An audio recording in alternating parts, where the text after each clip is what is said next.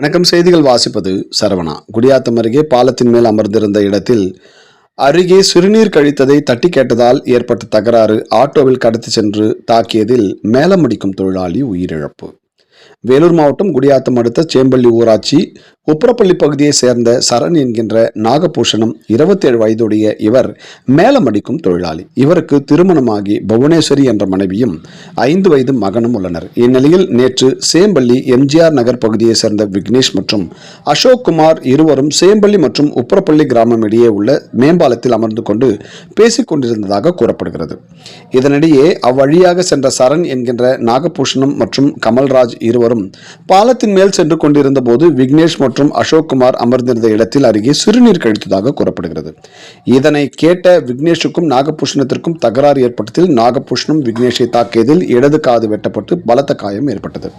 இரத்த காயங்களுடன் சேம்பள்ளி எம்ஜிஆர் நகருக்குள் சென்ற விக்னேஷை கண்ட விக்னேஷின் தாய் கத்தி கூச்சல் போட்டதில் விக்னேஷின் உறவினர் மற்றும் நண்பர்கள் ஒன்று சேர்ந்து உப்பரப்பள்ளி கிராமத்திற்கு சென்று நாகபூஷணத்தை தாக்க முயன்றதாக கூறப்படுகிறது. அங்கிருந்து தப்பிச் சென்ற நாகபூஷணம் சிறிது தூரம் சென்றவுடன் தூரத்தில் சென்றவர்களின் கையில் சிக்கியதாகவும் அங்கிருந்து அவரை ஆட்டோவில் கடத்தி சென்று சேம்பள்ளி எம்ஜிஆர் நகர் பகுதியில் வைத்து சரமாரியாக தாக்கியதாகவும் கூறப்படுகிறது. இந்நிலையில் குடியாத்தம் கிராமிய காவல் நிலையத்திற்கு ரகசிய தகவலின் மூலம் சேம்பள்ளி எம்ஜிஆர் நகர் பகுதியில் ஒருவரை சராமரியாக தாக்கிக் கொண்டிருப்பதாக வந்த தகவலின் அடிப்படையில் விரைந்து சென்ற காவல்துறையினர் பலத்த காயம் ஏற்பட்டு மயக்கத்தில் இருந்த நாகபூஷணத்தை மீட்டு குடியாத்தம் அரசு மருத்துவமனைக்கு அனுமதிக்கப்பட்டு மேல் சிகிச்சைக்காக அரசு மருத்துவமனைக்கு அனுப்பி வைத்தனர். காதில் வெட்டுப்பட்டு விக்னேஷ் குடியாத்தம் அரசு மருத்துவமனையில் அனுமதிக்கப்பட்டார். இந்நிலையில் நாகபூஷணத்தை காணவில்லை என உறவினர்கள் பல இடங்களில் தேடி உள்ளனர். மறுநாள் காலை குடியாத்தம் கிராமிய காவல் நிலையத்திலிருந்து காவல்துறையினர் நாகபூஷணம் அவர் குடும்பத்திற்கு குடியாத்தம் கிராம காவல் நிலையத்திற்கு வரும்படி தகவல் தெரிவித்தனர்.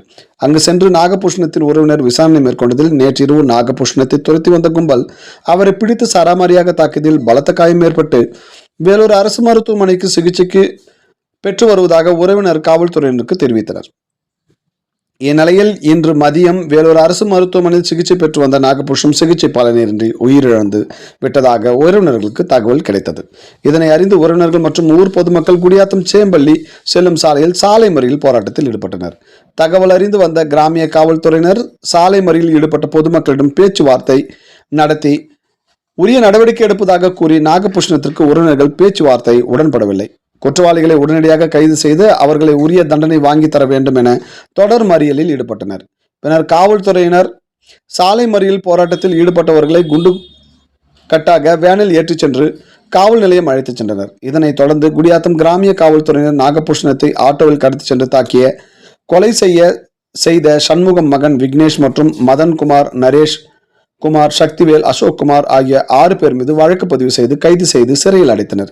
மேலும் இது தொடர்பாக குடியாத்தம் கிராமிய காவல் நிலையத்தில் சிலரை தேடியும் வருகின்றனர். கிராமத்திற்கு நுழைந்து ஆட்டோவில் ஒருவரை கடத்தி சென்று தாக்கி கொலை செய்த சம்பவம் கிராம மக்களிடையே பெரும் சோகத்தை ஏற்படுத்தியுள்ளது. செய்திகளுக்காக ராஜேஷ் மற்றும் ஏழுமலை.